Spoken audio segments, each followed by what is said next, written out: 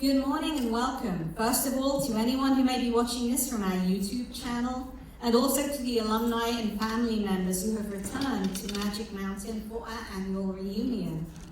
We also have several staff from our Caron programs in Florida who came up for this weekend. It's been a lovely weekend, and we were fortunate to have weather that wasn't pouring with rain, as it has been in some years. Though it certainly got hot out there, am I right? Yeah. Yes. We had some exciting and renewal-based events this entire weekend, and I was so grateful to get the opportunity to stop by the women's retreat on Friday and see so many familiar faces. Now, getting to the retreat, though, it was a little more confusing.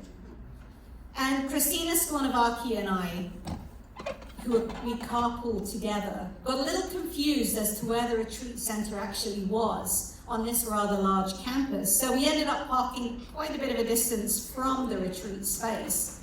And with the help of Google Maps, we kind of sort of navigated ourselves to where we were fairly close to the center, asking several people along the way, but no one really knowing where it was or how to get there. So eventually, a worker pulled up and got out of the vehicle and asked if we were lost. Yeah, we were definitely lost, we admitted. We had no idea where we were supposed to be. We told him where we were going, and he gave us much clearer instructions on how to get there. We had to walk down this path behind these concrete blocks and make a left when we saw Jesus, he said with a wide smile. We had to walk behind Jesus, and then we would see the retreat center.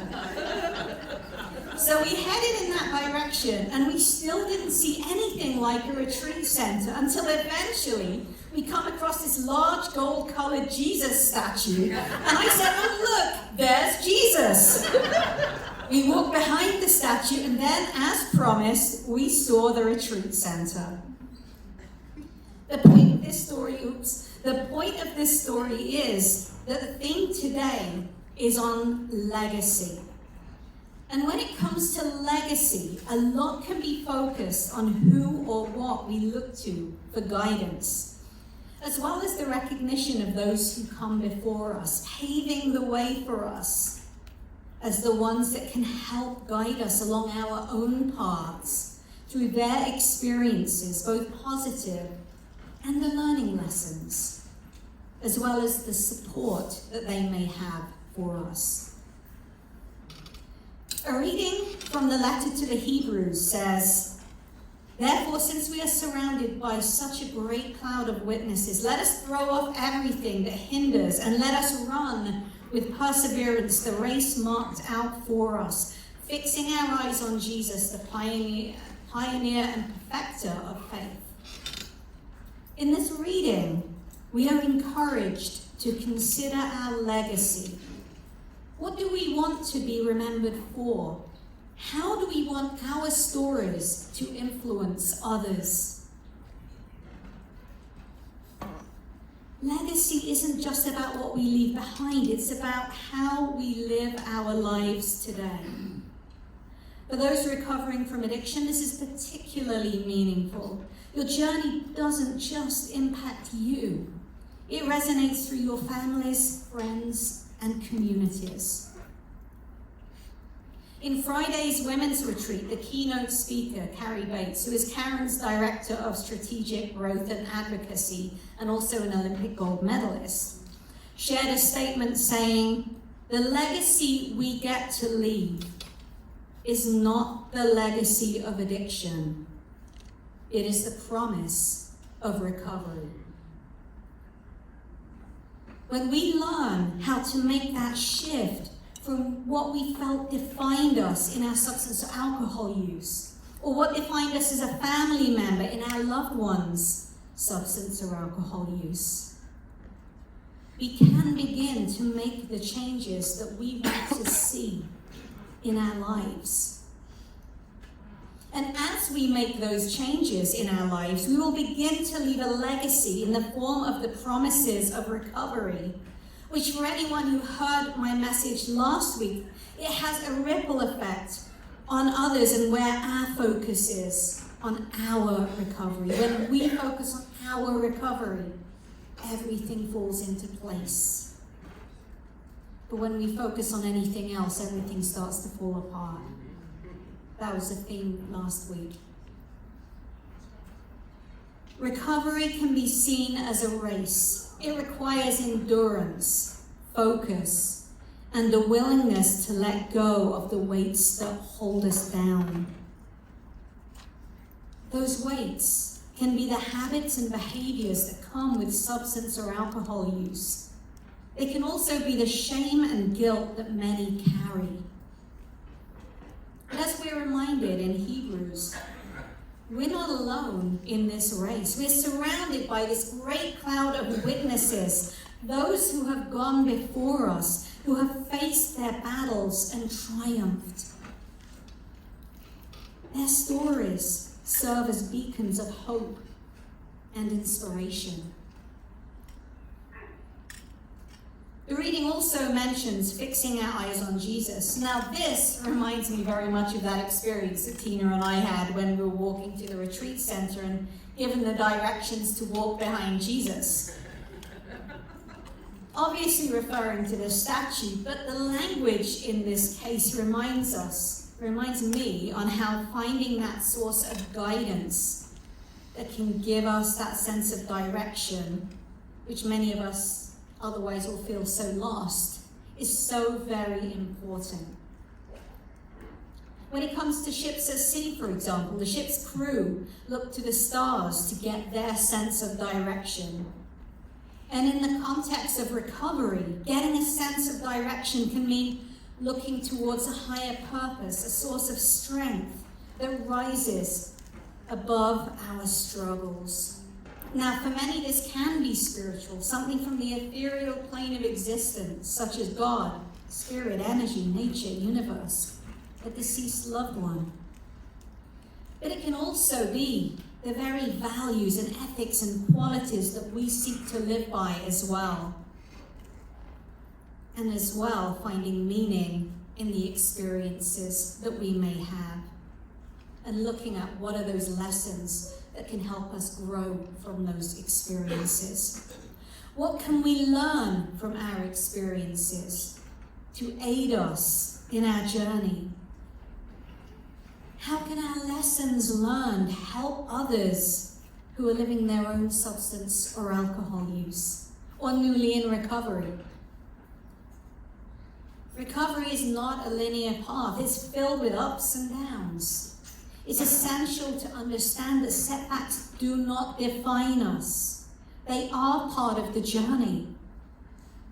In Hebrews, we're encouraged to run with perseverance. This perseverance does not just mean pushing through the hard times. It also involves recognizing our feelings, seeking help, and allowing ourselves to heal. Another reading I'd like to share comes from Marianne Williamson, and it reads, "Our deepest fear is not that we're inadequate. Our deepest fear is that we are powerful beyond measure. It is our light, not our darkness, that most frightens us." This quote invites us to reflect on the very nature of our fears, particularly those that we face during recovery. For some, the journey of overcoming substance or alcohol use disorder may involve feelings of self-doubt, anxiety, and a belief that we are not enough. These were some of the themes that Carrie Bates brought up when she spoke on Friday as well. However, really, if we think about it, even if the substance or alcohol use may have started off as something that we felt helped us fit in and overcome social anxiousness or anxiety or other things, giving us that false sense of confidence, over time, it was that very same substance that led to those feelings of self-doubt, anxiety, and a belief that we are not enough. So in recovery, we do need to recognize that these feelings are not new, But they are new in a different context, and that context is the context of recovery. So if we dig a little deeper, Williamson's words remind us of what truly holds us back is not our inadequacy, but our fear of embracing our full potential. When we think about legacy, we often consider the mark that we leave on the world, the impact that we have on others. For those on the path in recovery, this legacy can be transformative. It is an opportunity to redefine what it means to live fully and authentically, to rise above the struggles that once defined us. In the context of addiction, fear can manifest in many ways. It might be the fear of failure, the fear of judgment, or even the fear of success. The thought of stepping into a new life, free from substances, can be overwhelming. We might question whether we can truly change or if we are destined to repeat past mistakes. This fear can trap us, keep us in those very cycles that we wish to break. Another scripture reading that says perfect love casts out fear. Reversed will read perfect fear casts out love. And right there we see the way fear can keep us trapped and take us away from being able to do the loving thing for ourselves, which in turn will ripple to those around us.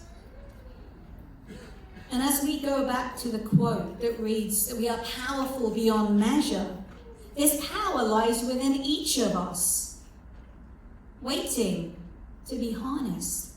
Now, I've said this several times before, the recovery is not just about abstaining from substances or alcohol.